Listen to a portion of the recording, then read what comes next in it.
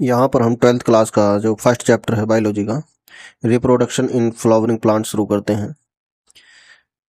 हम सच में लकी हैं कि प्लांट सेक्सुअल रिप्रोडक्शन करते हैं, क्योंकि इसी वजह से हम सुंदर फूल देखते हैं और जिनमें अट्रैक्टिव कलर, अच्छी खुशबू, फ्रेगरेंस और अलग अलग शेप्स, आकृति इनकी होती है। ये फ्लावर्स सिर्फ ह्यूमन के एन्जॉयमेंट के लिए नहीं होते, बल्कि प्लांट की रिप्रोडक्शन के लिए इम्पॉर्टेंट ऑर्गन होते हैं। सभी फ्लावरिंग प्लांट्स सेक्सुअल रिप्रोडक्शन दिखाते हैं। फ्लावर्स, इन्फ्लोरेसेंस और फ्लोरल स्ट्रक्चर्स की बहुत डाइवर्सिटी होती है, जो फ्रूट्स और सीड्स बनाने में हेल्प करती हैं। फ्रूट्स और सीड्स सेक्सुअल रिप्रोडक्शन के फाइनल प्रोडक्ट्स होते हैं। इस चैप्टर में हम फ्लावरिंग प्लांट्स, जिन्हें हम एंजियोस्पर्म भी कहते हैं, उनमें सेक्सुअल रिप्रोडक्शन की स्ट्रक्चर, मॉर्फोलॉजी और प्रोसेस को समझेंगे। यहाँ पर एक बहुत ही important part of the plants, fascinating organ of the angiosperm, flower के बारे में पढ़ते हैं। एंशियंट टाइम से ही, प्राचीन समय से ही ह्यूमन का फ्लावर के साथ क्लोज रिलेशनशिप रहा है। फ्लावर्स ब्यूटी, डेकोरेशन, सजावट, रिलीजियन और धार्मिक, कल्चरल, सांस्कृतिक और सोशल फंक्शन में बहुत इंपॉर्टेंट रोल प्ले करते हैं। ये लव, हैप्पीनेस, अफेक्शन, सैडनेस और मोर्निंग यानी शोक जैसे अवस्था में उनमें इमोशंस एक्सप्रेस करने के लिए भी यूज होते हैं। बहुत से फ्लावर्स होम और गार्डन्स में ऑर्नामेंटल पर्पज यानी सजावट के रूप में उगाए जाते हैं। फ्लावर्स फेस्टिवल्स, त्योहारों पर, वेडिंग, शादी समारोह या फिर किसी धार्मिक समारोह के लिए भी यूज किए जाते हैं। फ्लावर्स की लार्ज स्केल कल्टीवेशन को फ्लोरिकल्चर कहा जाता है। बायोलॉजिस्ट के लिए फ्लावर बहुत ही इम्पोर्टेंट रोल प्ले करते हैं, क्योंकि ये फ्लावरिंग प्लांट के रिप्रोडक्टिव ऑर्गन होते हैं। सेक्सुअल रिप्रोडक्शन फ्लावर में ही होता है। यहाँ पर आप फ्लावर की एक स्ट्रक्चर देख सकते हैं। ये इसमें पेटल्स होते हैं जो कलर्ड पार्ट होते हैं। मेल पार्ट होता है जिसे स्टेमन कहते हैं। इसके दो पार्ट होते हैं, एंथर और फिलामेंट। इसी तरीके से फीमेल पार्ट होता है, इसे हम पिस्टिल कहते हैं, और इसके तीन पार्ट होते हैं, स्टिग्मा, स्टाइल और ओवरी। यहाँ पर ये जो नीचे स्ट्रक्चर्स दिखती हैं ग्रीन कलर की, इन्हें हम सेपल्स कहते हैं और नीचे वाले पार्ट को थैलेमस कहा जाता है।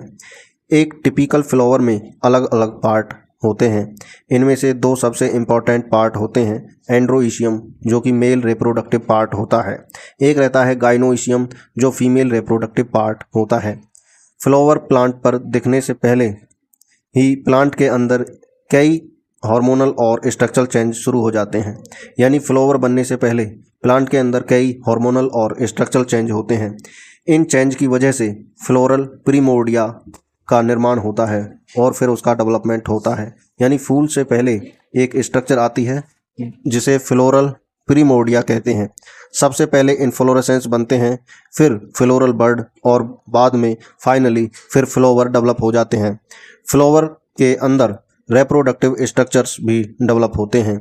इनमें एंड्रोशियम और गाइनोशियम दो स्ट्रक्चर्स बनते हैं। एंड्रोशियम स्टेमन से मिलकर बने मेल रिप्रोडक्टिव ऑर्गन होते हैं और गाइनोशियम पिस्टिल से बने फीमेल रिप्रोडक्टिव ऑर्गन होते हैं। अब इसमें स्टेमन और माइक्रोस्पोरेंजियम और पोलन ग्रेन के बारे में पढ़ते हैं। एक टिपिकल स्टेमन के दो मेन पार्ट होते हैं। इनमें एक फिलामेंट और एक एंथर होता है। फिलामेंट एक लॉन्ग सिलेंड्रिकल स्ट्रक्चर होता है, जैसा कि इस पिक्चर में दिखाया गया है।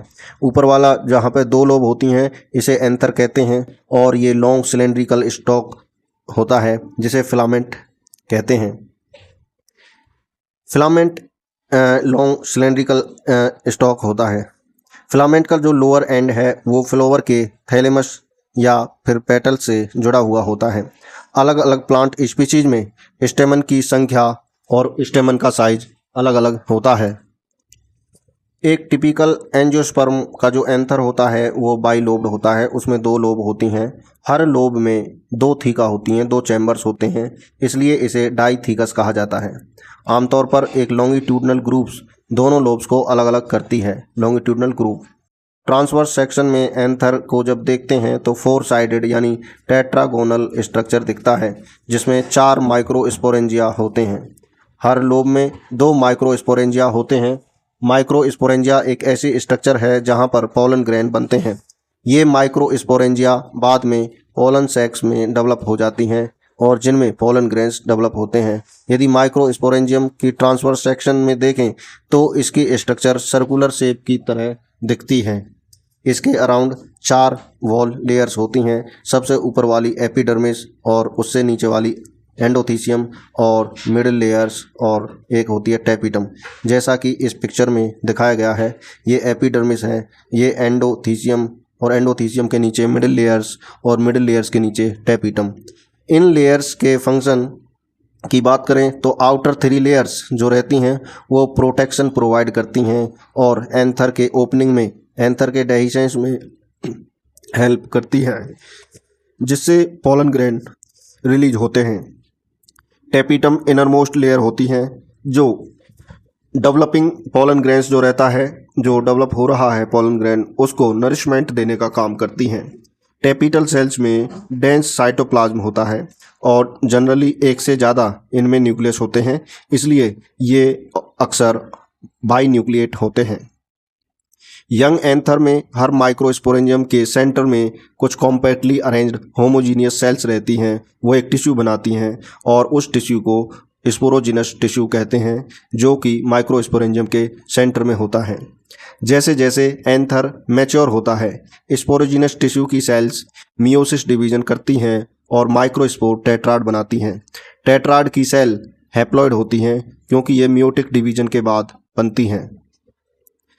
स्पोरोजिनस टिश्यू की हर सेल माइक्रोस्पोर टेट्राड बना सकती हैं, यानी 4 सेल्स का ग्रुप जो टेट्राड कहलाता है। इसलिए हर सेल एक पोटेंशियल पोलन या फिर माइक्रोस्पोर मदर सेल्स होती है। पोलन मदर सेल से मियोसिस के थ्रू माइक्रोस्पोर बनने की इस प्रोसेस को माइक्रोस्पोरोजेनेसिस कहते हैं। नई बनी हुई माइक्रोस्पोर 4 सेल्स के क्लस्टर में अरेंज रहते हैं, यानी जो माइक्रोस्पोर बनते हैं उनका एक गुच्छा रहता है जिनमें 4 सेल्स रहती हैं, जिसे माइक्रोस्पोर टेट्राड कहा जाता है। जैसे जैसे एंथर मैच्योर और ड्राई होता है, माइक्रोस्पोर एक दूसरे से अलग अलग हो जाते हैं और फिर वो पोलन ग्रेन में डेवलप हो जाते हैं। हर माइक्रोस्पोरेंजियम में हजारों पोलन ग्रेन्स बनते हैं जो एंथर डेहिसेंस यानी एंथर के ओपनिंग के टाइम पर उसमें से निकल जाते हैं। पोलन ग्रेन्स की यदि बात करें, पोलन ग्रेन्स फ्लावरिंग प्लांट के मेल गैमेटोफाइट होते हैं। जब मैच्योर एंथर को टच करते हैं तो येलो और पाउडर के जैसे पोलन ग्रेन्स हमारी उंगली पर लग जाते हैं। माइक्रोस्कोप के नीचे डिफरेंट स्पीशीज के pollen grains size, shape, colour और सरफेस पैटर्न में बहुत वैरायटी दिखाते हैं। पोलन ग्रेन्स आमतौर पर स्फेरिकल होते हैं और लगभग 25 to 50 माइक्रोमीटर डायमीटर के होते हैं। इस पिक्चर में अलग अलग तरीके की शेप्स जो पोलन ग्रेन्स की दिखाई गई है इलेक्ट्रॉन स्कैनिंग इलेक्ट्रॉन माइक्रोग्राफ के द्वारा। अब पोलन ग्रेन की स्ट्रक्चर की बात करते हैं। पोलन ग्रेन की वॉल को 2 लेयर में बांटा गया है। इसमें आउटर लेयर को एक्जाइन कहा जाता है और अंदर वाली को इंटाइन कहा जाता है। आउटर वॉल को एक्जाइन कहते हैं। ये स्पोरुलिन नाम के एक सब्सटेंस से बनी होती है जो सबसे रेजिस्टेंट ऑर्गेनिक मटेरियल में से एक है। स्पोरुलिन हाई टेम्परेचर को टॉलरेट कर सकता है और स्ट्रॉन्ग एसिड या एल्कली को भी वह टॉलरेट कर सकता है। अब तक कोई ऐसा एंजाइम नहीं बना जो स्पोरुलिन को डिस्ट्रॉय कर सके। इसी वजह से पोलन ग्रेन फॉसिल के रूप में प्रिजर्व हो जाते हैं और ये पोलन ग्रेन स्पोरुलिन के कारण फॉसिल की तरह यूज होते हैं। एक्जाइन में कुछ ओपनिंग्स भी होती हैं, कहीं कहीं पर उनमें कुछ पोर्स पाए जाते हैं जिन्हें हम जर्म पोर कहते हैं, जहां पर स्पोरुलिन एब्सेंट होता है। जर्म पोर से पोलन ट्यूब बाहर निकलती है। अंदर वाली लेयर इंटाइन इनर वॉल को इंटाइन कहते हैं। ये पतली और लगातार यानी कंटिन्यूस एक लेयर होती है जो सेलुलोज या फिर पेक्टिन से बनी होती है।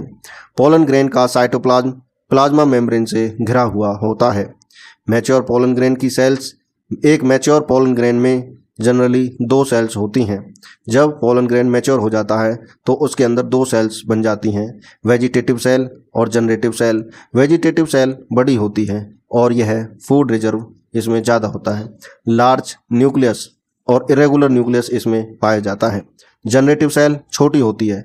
वेजिटेटिव सेल के साइटोप्लाज्म में यह तैरती रहती है और डेंस साइटोप्लाज्म और न्यूक्लियस इसमें पाया जाता है। 60% से ज़्यादा एंजियोस्पर्म में पोलन ग्रेन में 2 सेल स्टेज में ही वो रिलीज होते हैं। बाकी प्लांट्स में जनरेटेड सेल माइटोसिस करके 2 मेल गैमेट बना लेती है और पोलन ग्रेन 3 सेल स्टेज में रिलीज होते हैं। इस पिक्चर में आप पोलन ग्रेन, इसमें टेट्राड दिखाया गया है जिसमें 4 सेल्स एक क्लस्टर बनाती हैं और इसमें stage of microspore maturing into pollen grains दिखाया गया है किस तरीके से एक माइक्रोस्पोर पोलन ग्रेन में डेवलप होता है। सबसे पहले ये एक सेल्स होती है, फिर इसमें वैक्यूल्स और न्यूक्लियस डेवलप होता है, एसिमेट्रिक स्पिंडल भी बनता है और फिर इसमें 2 सेल्स, एक वेजिटेटिव सेल और एक जनरेटिव सेल्स बन जाती हैं। पोलन ग्रेन के कुछ हार्मफुल इफेक्ट भी हैं।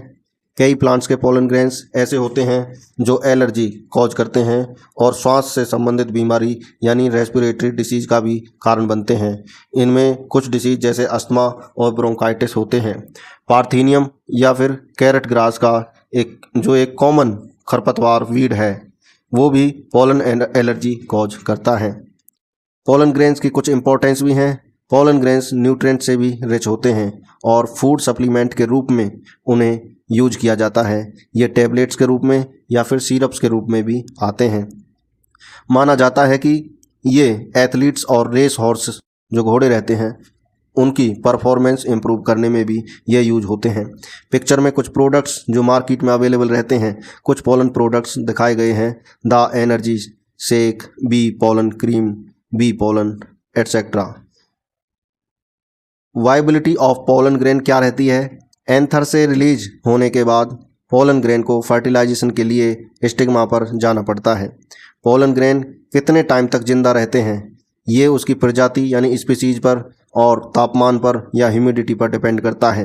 जैसे राइस और वीट, चावल और गेहूं का जो पोलन ग्रेन है वो 30 मिनट में अपनी वाइबिलिटी को लॉस कर देता है। रोजेसी, लेगुमिनेसी और सोलेनेसी कुछ फैमिली हैं प्लांट्स की, उनमें पोलन ग्रेन्स कई महीने तक भी वाइबल हो सकता है। अब बात करते हैं पोलन बैंक्स की। पोलन ग्रेन को लिक्विड नाइट्रोजन में -196 डिग्री सेल्सियस पर कई सालों तक स्टोर किया जा सकता है। ऐसे स्टोर्ड पोलन को पोलन बैंक कहते हैं जो क्रॉप ब्रीडिंग प्रोग्राम में यूज किए जाते हैं। नेक्स्ट जो टॉपिक आता है द पिस्टिल मेगास्पोरेंजियम, जिसे हम ओव्यूल भी कहते हैं, एंड एम्ब्रियोसाइक। गाइनोशियम फ्लावर का फीमेल रिप्रोडक्टिव पार्ट होता है। ये सिंगल पिस्टिल वाला भी हो सकता है। जब ऐसी कंडीशन हो जिसमें पिस्टिल एक हो उसे मोनोकार्पेलरी कंडीशन कहते हैं। कभी कभी मल्टीपल पिस्टल्स हो सकती हैं, उसे हम मल्टी कार्पेलरी कंडीशन कहते हैं। जब पिस्टिल आपस में जुड़ी हुई हो तो इस कंडीशन को सिनकार्पस कहते हैं। जैसा कि इस पिक्चर में दिखाया गया है, सभी पिस्टिल्स एक दूसरे से जुड़ जाती हैं। जब पिस्टिल फ्री होती हैं तो इस कंडीशन को हम एपोकार्पस कहते हैं, यानी जब पिस्टिल अलग अलग होती हैं। Part of pistil, her pistil के 3 पार्ट होते हैं, स्टिग्मा, स्टाइल एंड ओवरी। जिस प्रकार इस पिक्चर में दिखाया गया है, स्टिग्मा ये ऊपर है, ये स्टाइल और ये नीचे ओवरी होती है और ओवरी के नीचे थैलेमस होता है। स्टिग्मा पोलन ग्रेन के लैंडिंग प्लेटफॉर्म की तरह काम करता है। यहाँ पर पॉलिनेशन के दौरान जो पोलन ग्रेन है यहाँ पर आके रुकता है। स्टाइल स्टिग्मा के नीचे वाली लॉन्ग सिलेंडर पार्ट होता है। अब ओवरी की बात करते हैं। ओवरी पिस्टिल का सोलन और बेसल पार्ट होता है, यानी फूला हुआ और सबसे बेस वाला पार्ट होता है। ओवरी के अंदर ओवेरियन कैविटी होती है जिसे लोक्यूल कहते हैं। लोक्यूल के अंदर प्लेसेंटा प्रेजेंट होता है और प्लेसेंटा से ओव्यूल डेवलप होते हैं। ओव्यूल की नंबर डिफरेंट प्लांट्स में अलग अलग होती है। वीट, राइस और मैंगो की यदि बात करें उसमें एक ओव्यूल पाया जाता है। पपाया, वाटरमेलन और ऑर्किड्स की बात करें तो उसमें बहुत सारे ओव्यूल्स पाए जाते हैं। अब बात करते हैं स्ट्रक्चर ऑफ ओव्यूल। ओव्यूल से एक स्टॉक के थ्रू अटैच होता है। जो ओव्यूल है वो प्लेसेंटा से जुड़ा हुआ रहता है और प्लेसेंटा से जिस स्टॉक से जुड़ता है उसे फ्यूनिकल कहते हैं। जहाँ फ्यूनिकल ओव्यूल से जुड़ता है उसे हम हाइलम कहते हैं। फ्यूनिकल और जो ओव्यूल है उस जंक्शन को हाइलम कहते हैं। हर ओव्यूल के चारों ओर दो रक्षात्मक यानी प्रोटेक्टिव कवरिंग पाई जाती हैं। उन कवरिंग्स को इंटेगुमेंट कहते हैं। इंटेगुमेंट के टिप पर एक छोटी ओपनिंग, स्मॉल ओपनिंग होती है जिसे माइक्रोपाइल कहते हैं। जैसा कि इस पिक्चर में बताया गया है, माइक्रोपाइल के अपोजिट एंड को चैलेजा एंड कहते हैं। यह हो गया माइक्रोपाइल और ये हो गया चैलेजा एंड। इसका नाम जो है फ्यूनिकल है और यहाँ जो ओव्यूल बॉडी से जुड़ता है ये हाइलम है और ये इंटेगुमेंट यहाँ पे नहीं है तो ये माइक्रोपाइल हो गया और ये इंटेगुमेंट्स हो गए, ये आउटर और ये इनर। इसके अंदर कुछ टिश्यू पाया जाता है उसे न्यूक्लियस कहते हैं और न्यूक्लियस के अंदर ये जो स्ट्रक्चर है इसे कहते हैं एम्ब्रियो सैक। न्यूक्लियस और एम्ब्रियो सैक। इंटेगुमेंट्स के अंदर सेल का मास होता है। सेल का एक इकट्ठी हुई सेल्स होती हैं जिसे न्यूक्लियस कहते हैं। न्यूक्लियस में रिजर्व फूड मटेरियल होते हैं, प्रेजेंट होते हैं और न्यूक्लियस के अंदर एम्ब्रियो सैक या फिर फीमेल गैमेटोफाइट बोल सकते हैं वो प्रेजेंट होता है। जनरली एक ओव्यूल में एक एम्ब्रियो सैक होता है। अब मेगास्पोर मदर सेल्स जो हैं उनसे मेगास्पोर बनने की प्रोसेस को मेगास्पोरोजेनेसिस कहते हैं। ये जो टॉपिक है मेगास्पोरोजेनेसिस, जो मेगास्पोर मदर सेल्स है वो बनाती है मेगास्पोर। न्यूक्लियस से माइक्रोपाइल वाला जो रीजन है उसमें एक सिंगल मेगास्पोर मदर सेल्स पाई जाती है। ये बहुत साइज में लार्ज होती है और इसका साइटोप्लाज्म डेंस होता है और इसमें प्रोमिनेंट न्यूक्लियस पाया जाता है। इस पिक्चर में हम देख सकते हैं यहाँ पर माइक्रोपाइल एंड है और ये मेगास्पोर मदर सेल है जो कि बड़ी होती है और यहाँ पर ये जो सेल है न्यूक्लियस सेल्स होती हैं। मेगास्पोर मदर सेल मियोसिस करती हैं, मियोसिस डिवीजन करती हैं और इनमें मियोसिस डिवीजन करने के बाद 4 मेगास्पोर बन जाते हैं। मियोसिस क्रोमोसोम्स नंबर को डिप्लॉइड से हैप्लॉइड बना देते हैं क्योंकि मियोसिस डिवीजन में क्रोमोसोम्स की जो संख्या है वो आधी रह जाती हैं। अब फीमेल गैमेटोफाइट, ज़्यादातर फ्लावरिंग प्लांट्स में सिर्फ एक मेगास्पोर ही फंक्शनल रहता है, बाकी जो 3 रहती हैं वो गायब हो जाती हैं, डिजनरेट हो जाती हैं। फंक्शनल मेगास्पोर जो रहता है वो फीमेल गैमेटोफाइट या फिर एम्ब्रियो सैक में बदल जाती हैं। क्योंकि एम्ब्रियो सैक एक ही मेगास्पोर से डेवलप होती है इसलिए इसको मोनोस्पोरिक डेवलपमेंट कहा जाता है। Formation of embryo sac. Functional megaspore का न्यूक्लियस माइटोसिस डिवीजन करता है और 2 न्यूक्लियाई बना देता है और वो दोनों न्यूक्लियाई अपोजिट पोल्स पर चले जाते हैं। इससे 2 न्यूक्लिएट एम्ब्रियो सैक बन जाता है, आगे पिक्चर में आएगा। अब बार बार माइटोटिक डिवीजन होता है तो 2 से 4 न्यूक्लिएट स्टेज बन जाती है। उसके बाद फिर डिवीजन होता है तो 8 न्यूक्लिएट स्टेज बन जाती है। जैसे इसमें 2 न्यूक्लिएट स्टेज है क्योंकि 2 सेल्स हैं। इसमें डिवीजन होता है, फिर यहाँ पे न्यूक्लियर डिवाइड करता है, फिर 4 सेल स्टेज आ जाती है, फिर 8 सेल स्टेज आ जाती है। ये फ्री न्यूक्लियर डिवीजन होते हैं क्योंकि न्यूक्लियर डिवीजन के तुरंत बाद सेल वॉल नहीं बन पाती। बाद में सेल वॉल डेवलप होती है और एम्ब्रियो सैक फिर ऑर्गेनाइज हो जाता है। अब बात करते हैं structure of embryo sac. Mature angiosperm में जो एम्ब्रियो सैक है वो 8 न्यूक्लिएट और 7 सेल्ड होता है, यानी उसमें 8 तो न्यूक्लियाई रहती हैं और 7 उसमें सेल्स होती हैं। जैसे इसमें दिखाया गया है, बीच में 2 पोलर न्यूक्लियाई होती हैं, ये एंटीपोडल्स रहती हैं और यहाँ पर ये सिनर्जिड्स रहती हैं और बीच में रहती है एक एग एपरेटस। तो अरेंजमेंट की यदि बात करें सेल्स की एम्ब्रियो सैक के अंदर, माइक्रोपाइल एंड पर 3 सेल्स मिलकर के एग एपरेटस बनाती हैं। एग एपरेटस में एक तो रहती है एग सेल और 2 रहती हैं सिनर्जिड्स, जैसे कि इस पिक्चर में दिखाया गया है।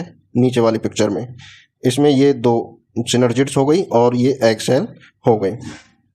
सिनर्जिड्स में फिलीफॉर्म एपरेटस नाम की स्पेशल थिकनिंग होती है जो पोलन ट्यूब को गाइड करती है एग सेल तक पहुंचने में। तो ये जो स्ट्रक्चर है ये फिलीफॉर्म एपरेटस है।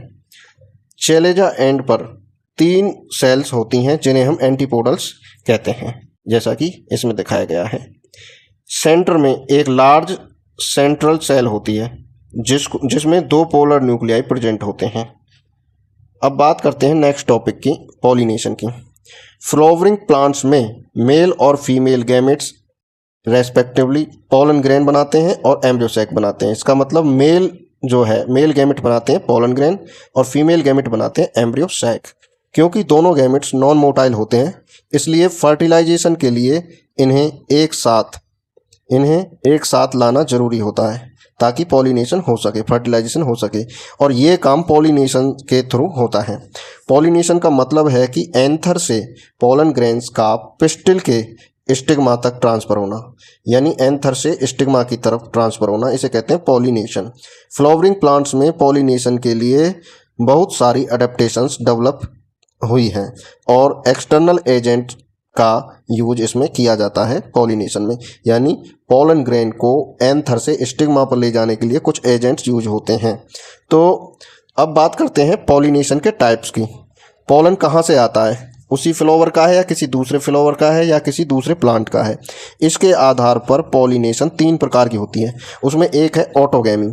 ऑटोगैमी में क्या होता है, पोलन ग्रेन्स उसी फूल का रहता है और एंथर भी उसी स्टिग्मा भी उसी फूल का रहता है। इसका मतलब ऑटोगैमी में पोलन ग्रेन सेम फ्लावर के एंथर से उसी फ्लावर के स्टिग्मा तक ट्रांसफ़र होते हैं। नॉर्मली ओपन फ्लावर में कंप्लीट ऑटोगैमी रेयर होती है क्योंकि पोलन रिलीज और स्टिग्मा रिसेप्टिविटी सेम टाइम पर होनी चाहिए। कई बार पोलन रिलीज हुआ और स्टिग्मा की रिसेप्टिविटी वो एक ही टाइम पे होना चाहिए, जब ही जाके उसमें पॉलिनेशन हो सकता है। एंथर और स्टिग्मा एक दूसरे के पास होने चाहिए क्योंकि पास होंगे तो पोलन ग्रेन को आसानी से ट्रांसफ़र किया जा सकता है। कुछ प्लांट्स जैसे वियोला, ऑक्जेलिस और कोमेलिना, ये ऐसे प्लांट्स हैं, इसमें 2 टाइप्स के फ्लावर प्रोड्यूस करते हैं। उसमें कुछ फ्लावर्स ऐसे रहते हैं जो ओपन रहते हैं, स्टिग्मा और यानी एंथर और ये स्टिग्मा जो रहता है वो ओपन रहते हैं। इन फूलों को चेस्मोगैमस फ्लावर कहा जाता है। और दूसरे रहते हैं क्लिस्टोगैमस फ्लावर जो क्लोज रहते हैं, जो कभी ओपन ही नहीं होते हैं। क्लिस्टोगैमस फ्लावर में एंथर और स्टिग्मा बहुत ही पास पास होते हैं। जब एंथर फटता है, डिहाइस होता है, तो पोलन ग्रेन डायरेक्टली स्टिग्मा पर पहुंच जाता है और सेल्फ पॉलिनेशन हो जाता है। इस पिक्चर में ये फ्लावर जो है एक्सपोज्ड है, इसमें जो इसके रिप्रोडक्टिव पार्ट है, तो इसलिए इसको चेस्मोगैमस फ्लावर बोलेंगे। लेकिन इस फ्लावर में जो ये क्लोज्ड है और इसके जो रिप्रोडक्टिव पार्ट हैं वो एक्सपोज नहीं है, इसलिए इसको क्लिस्टोगैमस फ्लावर बोलेंगे। क्लिस्टोगैमस फ्लावर पॉलिनेटर के बिना भी सीड फॉर्मेशन कर सकते हैं। अब जो सेकंड टाइप आता है जीटोनोगैमी। जीटोनोगैमी में पोलन ग्रेन्स एक फ्लावर के एंथर से उसी प्लांट के किसी दूसरे फ्लावर पे चले जाएंगे, यानी प्लांट तो एक रहेगा लेकिन फ्लावर 2 रहेंगे और उनके बीच में पॉलिनेशन होगा। तो इस तरीके के पॉलिनेशन को जीटोनोगैमी बोलते हैं। ये पॉलिनेटिंग एजेंट की सहायता से होता है और फंक्शनली क्रॉस पॉलिनेशन जैसा ही लगता है, लेकिन यदि जेनेटिकली बात करें तो जेनेटिकली ऑटोगैमी जैसा ही होता है क्योंकि पोलन्स सेम प्लांट से ही आता है। अब जो थर्ड टाइप है पॉलिनेशन का वो है जीनोगैमी। जीनोगैमी में पोलन ग्रेन एक प्लांट के एंथर से दूसरे प्लांट के फ्लावर के स्टिग्मा तक ट्रांसफ़र होता है। इसका मतलब प्लांट्स इसमें अलग अलग हैं, एंथर एक प्लांट का है और स्टिग्मा दूसरे प्लांट का है। तो ये पॉलिनेशन का वही टाइप है जो जेनेटिकली डिफरेंट पोलन ग्रेन को स्टिग्मा तक पहुंचाता है। अब बात करते हैं एजेंट्स ऑफ पॉलिनेशन की कि पॉलिनेशन किन किन के द्वारा होता है। प्लांट पॉलिनेशन के एबायोटिक और बायोटिक एजेंट का यूज करते हैं। बायोटिक एजेंट में हवाई और वाटर आएगा, वाइंड और वाटर, जबकि बायोटिक एजेंट में एनिमल्स आते हैं। मोस्ट फ्लावरिंग प्लांट्स एनिमल पर डिपेंड करते हैं। सिर्फ कुछ प्लांट्स ही वाइंड या वाटर का यूज करते हैं उनमें पॉलिनेशन के लिए। अब बात करते हैं pollination by wind. Wind pollination abiotic pollination का सबसे कॉमन एग्जाम्पल है। वाइंड पॉलिनेटेड फ्लावर की कुछ कैरेक्टरिस्टिक्स होती हैं। इनमें पोलन ग्रेन बहुत हल्का होता है, लाइट होता है और नॉन स्टिकी होता है। स्टेमन्स जो होते हैं वो खुले रहते हैं, वेल एक्सपोज्ड होते हैं। स्टिग्मा भी बड़ा होता है और फीदरी, उसमें हेयर लाइक स्ट्रक्चर्स होती हैं। जनरली ओवरी में इनके में एक ही ओव्यूल पाया जाता है। फ्लावर्स इनफ्लोरेसेंस में अरेंज रहते हैं, यानी एक क्रम रहता है जिसमें वो अरेंज रहते हैं। उदाहरण के लिए ग्रासेस में जैसे मेज, मक्के में सिल्की स्ट्रक्चर्स कॉब पर दिखते हैं।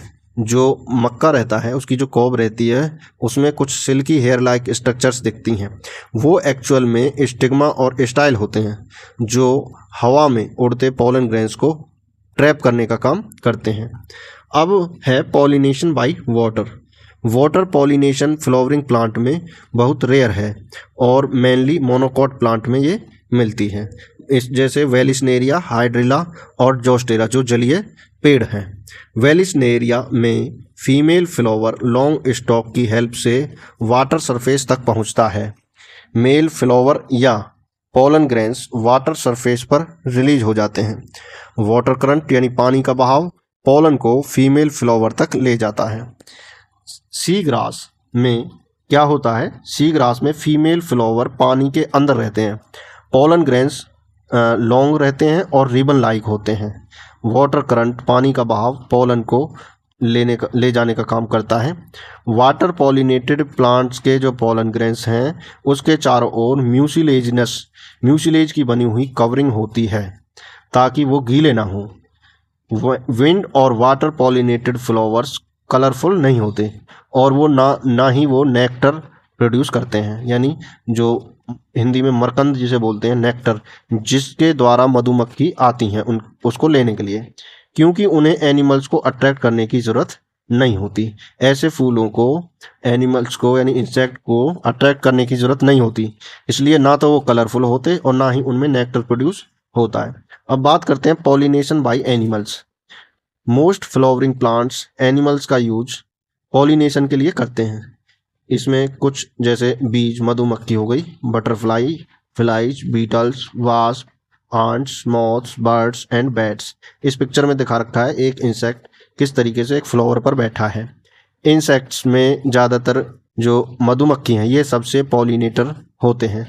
कुछ बड़े एनिमल्स जैसे लीमर्स या रोडेंट्स में जैसे चूहा या गिलहरी वगैरह जो आते हैं, और लिजार्ड भी पॉलिनेटर की तरह काम करते हैं।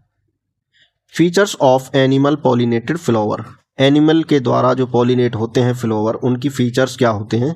एक तो बड़े होते हैं, कलरफुल भी होते हैं, उनमें खुशबू भी होती है, फ्रेग्रेंट होते हैं और नेक्टर से वो रिच होते हैं। फ्लाइज और बीटल्स से pollinated flower fall smell produce करते हैं ताकि ये एनिमल अट्रैक्ट हो सकें। यहाँ पर फॉल स्मेल का मतलब दुर्गंध से होता है। फ्लावर्स एनिमल को रिवार्ड प्रोवाइड करते हैं, जैसे उसके बदले में क्या देते हैं? नेक्टर, पोलन ग्रेन्स, एग्स ले करने के लिए सुरक्षित जगह। जब एनिमल्स नेक्टर कलेक्ट करते हैं तो उनके बॉडी एंथर और स्टिग्मा के कांटेक्ट में आ जाती हैं।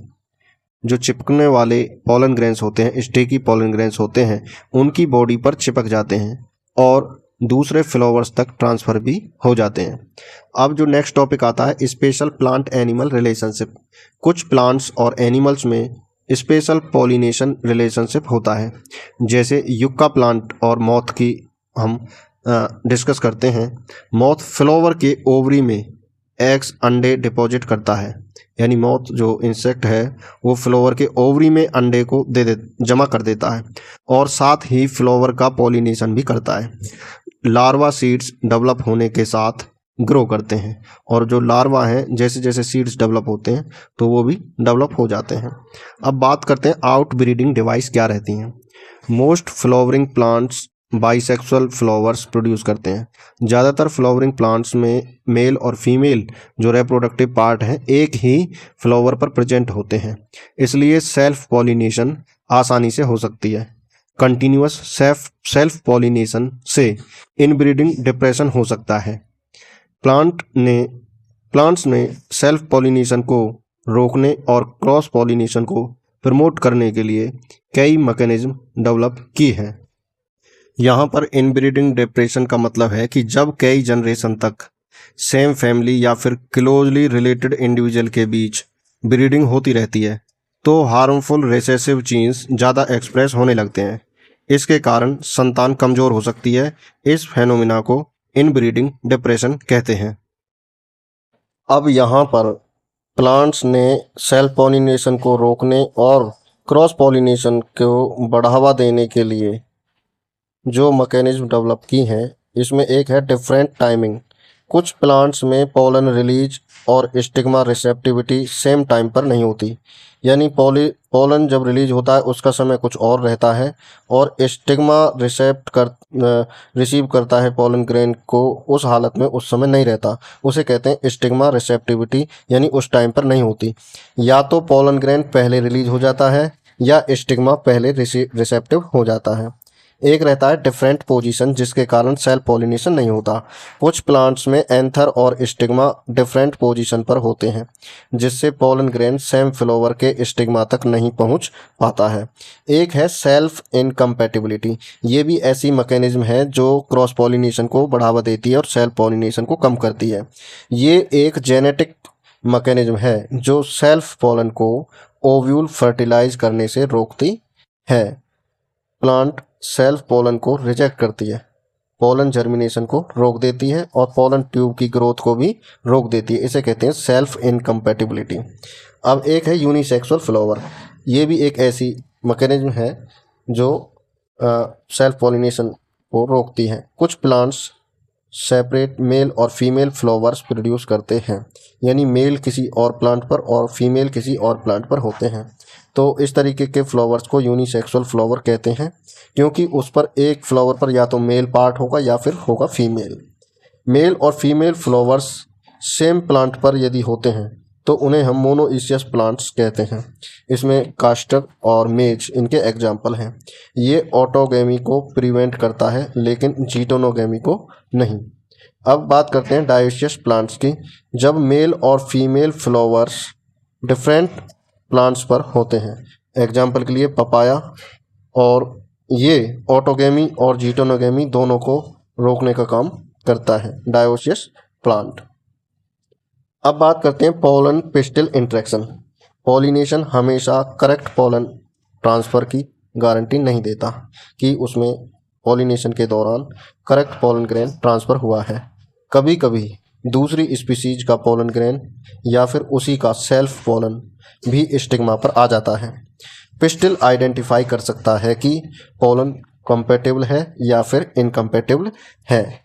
पिस्टिल यदि कंपैटिबल पोलन है तो पिस्टिल उसको एक्सेप्ट कर लेता है और जर्मिनेशन अलाउ कर देता है और पोलन ट्यूब ग्रोथ को प्रमोट करता है, यानी यदि कंपैटिबल पोलन पाया जाता है तो। अब इनकम्पैटिबल पोलन यदि रहता है, यहाँ पर कंपैटिबल पोलन क्या है, कंपैटिबल और इनकम्पैटिबल। कंपैटिबल पोलन वो पोलन ग्रेन होते हैं जो स्टिग्मा पर गिरने के बाद सक्सेसफुली जर्मिनेट कर जाते हैं और पोलन ट्यूब बनाकर फर्टिलाइजेशन को कंप्लीट कर सकते हैं। और यदि वो ऐसा नहीं कर पाते हैं तो उसे कहते हैं इनकम्पैटिबल पोलन ग्रेन। यदि पोलन ग्रेन इनकम्पैटिबल होता है तो पिस्टिल उसको रिजेक्ट कर देती है और जर्मिनेशन या पोलन ग्रोथ को रोक देती है। ये रिकॉग्निशन, ये पहचान पोलन और पिस्टिल के केमिकल इंटरेक्शन के थ्रू हो जाता है। पोलन जर्मिनेशन और pollen tube growth. Compatible pollination के बाद पोलन ग्रेन स्टिग्मा पर जर्मिनेट करने लगता है। जर्म पोर से पोलन ट्यूब निकल जाती है और पोलन ट्यूब फिर उसके बाद ग्रो करती है।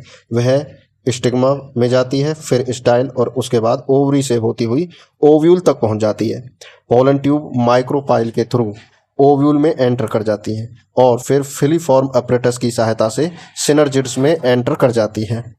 2 सेल्ड पोलन वाले प्लांट्स में generative cell pollen tube growth के टाइम डिवाइड कर देती है और 2 मेल गैमेट बना देती है। 3 सेल पोलन ग्रेन वाले प्लांट्स में 2 मेल गैमेट्स पहले से ही प्रेजेंट होते हैं। पोलन ग्रेन डिपोजिशन से लेकर ओव्यूल में पोलन ट्यूब की एंट्री तक के सारी घटनाओं को पोलन पिस्टिल इंटरेक्शन कहते हैं। अब जो नेक्स्ट टॉपिक आता है artificial hybridization. Plant breeders desirable traits प्राप्त करने के लिए अलग अलग स्पीसीज या वैरायटी को क्रॉस करते रहते हैं। इस प्रोसेस को आर्टिफिशियल हाइब्रिडाइजेशन कहते हैं। इसमें सिर्फ डिजायर्ड पॉलन ग्रेन ही स्टिग्मा तक पहुंच सकें, इसलिए दो टेक्निक इसमें यूज की जाती हैं ताकि डिजायर्ड पॉलन ग्रेन ही स्टिग्मा पर जा सके। इसमें एक है इमेस्कुलेशन। ये बाइसेक्सुअल फ्लावर्स में एंथर को पॉलन रिलीज करने से पहले ही रिमूव कर दिया जाता है ताकि ये सेल्फ पॉलिनेशन को रोक सके। इस टेक्निक को इमेस्कुलेशन कहते हैं और ये सेल्फ पॉलिनेशन को रोकने का काम करता है और क्रॉस पॉलिनेशन को बढ़ावा देता है। एक दूसरी टेक्निक है बैगिंग। इमेस्कुलेशन करने के बाद फ्लावर को किसी बटर पेपर बैग से ढक दिया जाता है। ढकने के बाद ये अनवांटेड पॉलन ग्रेन के कॉन्टेमिनेशन को रोकने का काम करता है। जब स्टिग्मा रिसेप्टिव हो जाता है तो डिजायर्ड पॉलन ग्रेन स्टिग्मा पर डस्ट किया जाता है, उस पर गिराया जाता है और फ्लावर को दोबारा से फिर बैग की सहायता से ढक दिया जाता है जब तक कि फ्रूट डेवलप ना हो जाए। तो इस टेक्निक को हम बैगिंग कहते हैं। अब जो टॉपिक आता है डबल फर्टिलाइजेशन, इसी का टॉपिक है। जब पॉलन ट्यूब एक सिनर्जिड्स के अंदर एंटर करती है तब ये दो मेल गैमेट को सिनर्जिड के साइटोप्लाज्म में रिलीज कर देती हैं। एक मेल गैमेट तो एग सेल की तरफ मूव करता है और दूसरा न्यूक्लियस से जाकर के फ्यूज हो जाता है। इस प्रोसेस को सिनगेमी कहते हैं और इससे डिप्लॉयड जाइगोट बनता है। दूसरा मेल गैमेट सेंट्रल सेल में चला जाता है और वहाँ पर प्रेजेंट दो पोलर न्यूक्लियाई की तरफ मूव करता है और उनसे जाकर के वो फ्यूज हो जाता है। फ्यूज होने के बाद ट्रिप्लॉइड प्राइमरी एंडोस्पर्म न्यूक्लियस बनाता है। क्योंकि इसमें 3 हैप्लॉइड न्यूक्लियाई आपस में जुड़ते हैं, फ्यूज होते हैं, इस प्रोसेस को ट्रिपल फ्यूजन कहते हैं। क्योंकि एम्ब्रियो सैक में सिनगेमी और ट्रिपल फ्यूजन दोनों होते हैं। एम्ब्रियो सैक के अंदर सिनगेमी हो गई और ट्रिपल फ्यूजन यानी सेंट्रल जो पोलर न्यूक्लियाई हैं उनके साथ ट्रिपल फ्यूजन हो गया, तो 2 बार हुआ फ्यूजन। तो इस फेनोमिना को डबल फर्टिलाइजेशन कहते हैं। डबल फर्टिलाइजेशन फ्लावरिंग प्लांट्स का एक यूनिक फीचर होता है। तो यहाँ पर इस पिक्चर में हम देख सकते हैं किस तरीके से ये मेल गैमेट्स हैं। एक तो एग सेल के साथ यहाँ फ्यूज होता है और एक होता है सेंट्रल सेल के साथ।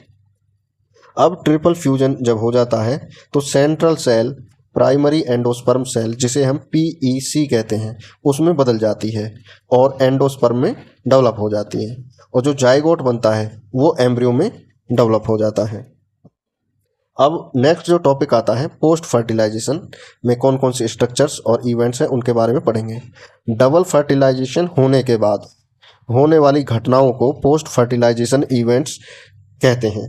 इसमें क्या क्या होता है, एंडोस्पर्म का डेवलपमेंट होता है और एम्ब्रियो का डेवलपमेंट होता है, ओव्यूल का सीड में कन्वर्ट होना और ओवरी का फ्रूट में कन्वर्ट होना। अब एंडोस्पर्म जो है, एंडोस्पर्म का डेवलपमेंट एम्ब्रियो से पहले होता है क्योंकि ये डेवलपिंग एम्ब्रियो को न्यूट्रिशन देने का काम करता है। प्राइमरी एंडोस्पर्म सेल्स बार बार डिवाइड करती हैं, ट्रिप्लॉइड एंडोस्पर्म टिश्यू बनाती हैं। इस टिश्यू में रिजर्व फूड मटेरियल स्टोर होता है। सबसे कॉमन टाइप के एंडोस्पर्म डेवलपमेंट में प्राइमरी एंडोस्पर्म न्यूक्लियस बार बार डिवाइड करता रहता है, फ्री न्यूक्लियाई बनते हैं और बिना सेल वॉल फॉर्मेशन के, यानी सेल वॉल उसमें बनती नहीं है और डिवीजन होते रहते हैं। इस स्टेज को फ्री न्यूक्लियर एंडोस्पर्म कहते हैं। बाद में सेल वॉल डेवलप होती है और एंडोस्पर्म सेलुलर बन जाता है। उदाहरण के लिए टेंडर कोकोनट का जो वाटर है वो फ्री न्यूक्लियर एंडोस्पर्म होता है। कोकोनट का वाइट कर्नल जो होता है सेलुलर एंडोस्पर्म होता है। कुछ बीजों में एंडोस्पर्म एम्ब्रियो डेवलपमेंट के दौरान कंप्लीटली ही कंज्यूम हो जाता है। वो सीड्स में एंडोस्पर्म एम्ब्रियो जब डेवलपमेंट होता है उस दौरान वो कंज्यूम कर लिया जाता है, जैसे मटर में, ग्राउंडनट में और बीन्स में। तो ऐसे बीजों में जहाँ एम्ब्रियो डेवलपमेंट के दौरान पूरा एंडोस्पर्म कंज्यूम कर लिया जाता है, ऐसे बीजों को नॉन एल्ब्यूमिनस या फिर एग्ज एल्ब्यूमिनस सीड्स कहते हैं। कुछ बीजों में मैच्योर स्टेज तक एंडोस्पर्म का कुछ हिस्सा प्रेजेंट रहता है, यानी मैच्योर होने तक भी एंडोस्पर्म का कुछ हिस्सा बचा रहता है, जैसे कास्टर में और कोकोनट में। ऐसे बीजों को हम एल्बुमिनस सीड्स कहते हैं। अब बात करते हैं एम्ब्रियो। एम्ब्रियो सैक के माइक्रोपाइलर एंड पर विकसित होता है, जहां जाइगोट प्रेजेंट होता है। मोस्ट जाइगोट्स तभी डिवाइड करते हैं जब कुछ एंडोस्पर्म पहले बन जाता है, ताकि एम्ब्रियो को प्रॉपर न्यूट्रिशन मिलता रहे। एम्ब्रियो डेवलपमेंट के शुरुआती स्टेज को एम्ब्रियोजेनी कहते हैं, और ये मोनोकॉट्स और डाइकॉट्स दोनों में एक जैसी होती है। क्या? एम्ब्रियो डेवलपमेंट की जो इनिशियल स्टेज है उन्हें हम एम्ब्रियोनी कहते हैं, और वो मोनोकॉट्स और डाइकॉट्स में एक जैसी होती हैं। जाइगोट्स धीरे धीरे डेवलप होता है, प्रो एम्ब्रियो बनाता है, फिर एक ग्लोबुलर स्टेज आती है, उसके बाद एक हार्ट शेप स्टेज आती है, और फिर मैच्योर एम्ब्रियो बनता है। इस पिक्चर में किस तरीके से प्रो एम्ब्रियो बनता है, नीचे वाली जो पार्ट है वो डिवाइड करता है, डिवाइड करके रिपीटेड डिविजन्स के बाद एक स्ट्रक्चर बनती है जिसे ग्लोबुलर एम्ब्रियो कहते हैं। ग्लोबुलर एम्ब्रियो में फिर दोबारा से कुछ चेंजिंग आती है, मॉडिफिकेशन आती है, और हार्ट शेप्ड एम्ब्रियो बन जाता है। और इससे जो ऊपर वाली सेल है इन्हें हम सस्पेंसर सेल कहते हैं, और बाद में ये फिर मैच्योर एम्ब्रियो में डेवलप हो जाता है। इसमें दो कॉटिल्डन्स दिखने लगते हैं, रेडिकल और प्लूमूल जैसे स्ट्रक्चर्स आ जाते हैं। अब बात करते हैं डाइकॉट एम्ब्रियो की। एक टिपिकल डाइकॉट एम्ब्रियो में एम्ब्रियोनल एक्सिस होता है और दो कॉटिल्डन्स रहते हैं। कॉटिल्डन्स के ऊपर वाला एम्ब्रियोनल एक्सिस का जो हिस्सा रहता है उसे कहते हैं एपिकोटाइल, और ये प्लूमूल यानी सूट टिप पर एंड होता है। कॉटिल्डन के नीचे वाला पार्ट हाइपोकोटाइल कहलाता है, और ये रेडिकल यानी रूट टिप पर ख़त्म होता है। रेडिकल रूट कैप से ढका रहता है। ये जो स्ट्रक्चर है ये आप देख रहे हैं यहाँ पर डाइकॉट एम्ब्रियो की। ये दो हो गए कॉटिल्डन्स, और ये हाइपोकोटाइल आपका ये दो पार्ट हो गए। यहाँ पर ये रेडिकल नीचे वाला, और रेडिकल कवर रहता है रूट कैप से, और ये हो गया यहाँ पे प्लूमूल। अब बात करते हैं मोनोकॉट एम्ब्रियो की। मोनोकॉट एम्ब्रियो में सिर्फ एक ही कॉटिल्डन होता है। जैसे ग्रास में कॉटिल्डन को स्कूटेलम कहते हैं। स्कूटेलम एम्ब्रियोनल एक्सिस के लोअर एंड पर रेडिकल रहता है और रूट कैप होती है, जो सीलोराइजा नाम की एक सीट है उससे ढकी रहती है। यानी रूट रेडिकल जो है और रूट कैप है इनके ऊपर भी एक कवरिंग होती है, उस कवरिंग को सीलोराइजा कहते हैं। और अपर पार्ट एपिकोटाइल होता है, जिसमें शूट अपेक्स और लीफ प्रीमोर्डिया प्रेजेंट होते हैं, और ये एक कवरिंग सीट से ढके रहते हैं जिसे हम सीलोप्टाइल कहते हैं, जैसे कि इस पिक्चर में दिखाया गया है। ये सीलोप्टाइल है और यहाँ पर सीलोराइजा है।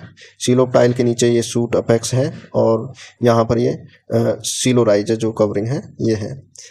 तो ये हो गया आपका मोनोकॉट एम्ब्रियो। अब टॉपिक आता है सीड का। एंजियोस्पर्म में जो सीड है सेक्सुअल रिप्रोडक्शन का फाइनल प्रोडक्ट होता है। इसे फर्टिलाइज्ड ओव्यूल यानी ये जो होते हैं ओव्यूल के डेवलपमेंट के बाद बनते हैं, फर्टिलाइजेशन के बाद। एक टिपिकल सीड्स में सीड कोट होता है बाहर की तरफ, कॉटिल्डन होता है, और एक होता है एम्ब्रियोन एक्सिस। कॉटिल्डन जनरली थिक होते हैं और फूले हुए होते हैं क्योंकि इनमें फूड स्टोर होता है। अब सीड्स के टाइप की बात करें, कुछ सीड्स में रेजिडुअल एंडोस्पर्म प्रेजेंट नहीं होता क्योंकि एम्ब्रियोमेंट डेवलपमेंट के दौरान पूरा ही कंप्लीटली यूज हो जाता है एंडोस्पर्म एम्ब्रियो बनाने में, जैसे मटर में, ग्राउंडनट में। इस तरीके के सीड्स को नॉन एल्बुमिनस सीड्स कहा जाता है। लेकिन कुछ सीड्स में एंडोस्पर्म तब भी रहता है जब मैच्योर स्टेज तक बीज पहुंच जाता है, जैसे वीट, मेज, बार्ले और कास्टर में। इस तरीके के सीड्स को एल्बुमिनस सीड्स कहते हैं। एक है पेरिस्पर्म। कुछ बीज जैसे ब्लैक पेपर और बीट में न्यूसेलस का रेमनेंट प्रेजेंट होता है। आमतौर पर फर्टिलाइजेशन के बाद न्यूसेलस खत्म हो जाता है, लेकिन कुछ प्लांट्स में न्यूसेलस का कुछ हिस्सा सीड के अंदर बचा रहता है। इस बचे हुए न्यूसेलस टिश्यू को पेरिस्पर्म कहा जाता है। ये काली मिर्च यानी ब्लैक पेपर और बीट में पाई जाती है। अब बात करते हैं सीड के ऊपर जो कवरिंग रहती है, सीड कोट। ओव्यूल के इंटेगुमेंट हार्ड होकर प्रोटेक्टिव सीड कोट बनाते हैं। माइक्रोपाइल सीड कोट में स्मॉल ओपनिंग के रूप में प्रेजेंट रहता है। जो माइक्रोपाइल है वो सीड कोट में स्मॉल ओपनिंग के रूप में रहता है। ये जर्मिनेशन के टाइम पर वाटर और ऑक्सीजन को एंटर करने में हेल्प करता है। जब सीड मैच्योर होते हैं तो वाटर कंटेंट कम हो जाता है और मेटाबॉलिक एक्टिविटी स्लो हो जाती है। एम्ब्रियो इनएक्टिव स्टेज में चला जाता है जिससे डोरमेंसी हो जाती है। उस पीरियड को जब एम्ब्रियो इनएक्टिव हो जाता है तो उसे डोरमेंसी कहा जाता है। जैसे फेवरेबल कंडीशन मिलती हैं, मॉइस्चर, ऑक्सीजन और सूटेबल टेम्परेचर मिलता है तो सीड जर्मिनेट करना शुरू कर देता है। अब फॉर्मेशन ऑफ फ्रूट कैसे बनता है? जब ओव्यूल बीज में कन्वर्ट होते हैं तभी ओवरी फ्रूट में कन्वर्ट हो जाती है, डेवलप हो जाती है। ओवरी वॉल डेवलप होकर पेरिकार्प या फ्रूट वॉल बना देती है। फ्रूट फ्लैशी भी हो सकते हैं जैसे गुआवा, ऑरेंज और मैंगो, और ड्राई भी हो सकते हैं जैसे ग्राउंडनट और मस्टर्ड। अब बात करते हैं फॉल्स फ्रूट और ट्री फ्रूट्स की। ज़्यादातर प्लांट्स में फ्रूट्स सिर्फ ओवरी से डेवलप होते हैं और उन्हें हम ट्री फ्रूट्स कहते हैं जो ओवरी से डेवलप होते हैं। लेकिन कुछ प्लांट्स में जैसे एप्पल, स्ट्रॉबेरी या कैश्यू में थैलेमस भी फ्रूट फॉर्मेशन में हिस्सा लेता है। ऐसे फ्रूट्स को जिसमें ओवरी के अलावा थैलेमस भी फल बनने में अपनी भूमिका निभाता है, ऐसे फ्रूट्स को फॉल्स फ्रूट कहते हैं। जैसे कि इस पिक्चर में दिखाया गया है एप्पल, इसमें थैलेमस भी दिखाया गया है, अंदर सीड्स है, और मीजोकार्प और एंडोकार्प को दिखाया गया है। अब आता है एक टॉपिक, पार्थेनोकार्पिक फ्रूट। कुछ फ्रूट्स फर्टिलाइजेशन के बिना ही डेवलप हो जाते हैं। इन्हें हम पार्थेनोकार्पिक फ्रूट्स कहते हैं, जैसे केला, बनाना। पार्थेनोकार्पिक ग्रोथ हार्मोन्स की सहायता से आर्टिफिशियली इंड्यूस भी की जा सकती है। ऐसे फ्रूट्स बीज रहित सीडलेस होते हैं। Advantage of seeds. जो बीज हैं फ्लावरिंग प्लांट्स को कई एडवांटेज देते हैं। रिप्रोडक्शन वाटर पर डिपेंड नहीं रहता। सीड्स न्यू हैबिटेट में डिस्पर्जल में हेल्प करते हैं, फैलने में मदद करते हैं। फूड रिजर्व यंग सीडलिंग को नरिश करते हैं और हार्ड सीड कोट एम्ब्रियो को प्रोटेक्शन देते हैं। Sexual reproduction genetic variations produce करती हैं। सेक्सुअल रिप्रोडक्शन से जेनेटिक वेरिएशंस बढ़ती हैं। सीड्स एग्रीकल्चर के लिए भी इम्पोर्टेंट हैं क्योंकि इन्हें फ्यूचर यूज के लिए स्टोर किया जाता है। अब बात करते हैं सीड वायबिलिटी की। सीड डिस्पर्जल के बाद जो बीज हैं कितने टाइम तक जिंदे रहते हैं, अलाइव रहते हैं, उसे सीड वायबिलिटी कहा जाता है। अलग अलग प्रजाति में वायबिलिटी अलग अलग होती है। कुछ बीज सिर्फ कुछ महीनों तक वायबल रह पाते हैं, कुछ ईयर्स या सेंचुरी तक भी सरवाइव कर जाते हैं। उदाहरण के लिए लिपुनस आर्कटिकस के जो बीज हैं वो लगभग 10,000 साल तक भी वायबल रहते हैं, और डेट पाल्म के जो बीज हैं वो 2000 साल तक भी वायबल पाए गए हैं। Reproductive capacity of flowering plants. Flowering plants की रिप्रोडक्टिव कैपेसिटी बहुत ज़्यादा होती है। उदाहरण के लिए ऑर्किड फ्रूट्स में हजारों छोटे छोटे बीज होते हैं। ओरोबैंकी और स्ट्रिगा जैसे पैरासिटिक प्लांट्स भी बहुत ज़्यादा बीज प्रोड्यूस करते हैं। ऐसे छोटे छोटे बीज भी बहुत बड़ा प्लांट बना सकते हैं, जैसे फाइकस ट्री। अब टॉपिक आता है एपोमिक्सिस और पॉलीएम्ब्रियोनी। नॉर्मली सीड्स फर्टिलाइजेशन के बाद बनते हैं, लेकिन कुछ फ्लावरिंग प्लांट्स में फर्टिलाइजेशन के बिना भी बीज बन जाते हैं। इस प्रोसेस को एपोमिक्सिस कहते हैं। एपोमिक्सिस असेक्सुअल रिप्रोडक्शन का एक टाइप है जो सेक्सुअल रिप्रोडक्शन जैसा लगता है। मैकेनिज्म ऑफ एपोमिक्सिस में कुछ स्पीसीज में डिप्लॉयड एग सेल्स बिना मियोसिस के ही बन जाती हैं। एम्ब्रियो बिना फर्टिलाइजेशन के ही डेवलप हो जाता है। कई सिट्रस और मैंगो वैरायटीज में एम्ब्रियो सैक के चारों ओर न्यूसेलर सेल्स रहती हैं, वो डिवाइड करना स्टार्ट कर देती हैं। ये एम्ब्रियो सैक में प्रोट्रूड करके एम्ब्रियो में डेवलप हो जाती हैं। अब नेक्स्ट टॉपिक आता है पॉली एम्ब्रियोनी। एक बीज में एक से ज़्यादा एम्ब्रियो जब होते हैं उसे हम पॉली एम्ब्रियोनी कहते हैं। ये ज़्यादातर सिट्रस और मैंगो में देखा जा सकता है। Importance of apomixis. Hybrid crop high yield की वजह से एक्सटेंसिवली कल्टीवेट की जाती हैं। जो हाइब्रिड क्रॉप हैं वो ज़्यादा पैदावार की वजह से बहुत बड़े लेवल पर कल्टीवेट की जाती हैं, लेकिन हाइब्रिड सीड हर साल प्रोड्यूस करनी पड़ती हैं। हाइब्रिड प्लांट के बीज सेम करैक्टर्स मेंटेन नहीं कर पाते, इसी वजह से हाइब्रिड सीड्स बहुत ज़्यादा कीमती होते हैं। यदि हाइब्रिड एपोमिक्टिक बन जाए तो characters generation after generation same रहेंगे, उसमें कोई बदलाव नहीं आएगा और फार्मर्स हर साल वही बीज यूज करते रहेंगे। इस इम्पोर्टेंस की वजह से साइंटिस्ट एपोमिक्सिस पर रिसर्च कर रहे हैं ताकि एपोमिक्टिक जीन्स को हाइब्रिड क्रॉप में ट्रांसफ़र किया जा सके। तो यहाँ पर आपका जो चैप्टर है वो फिनिश होता है।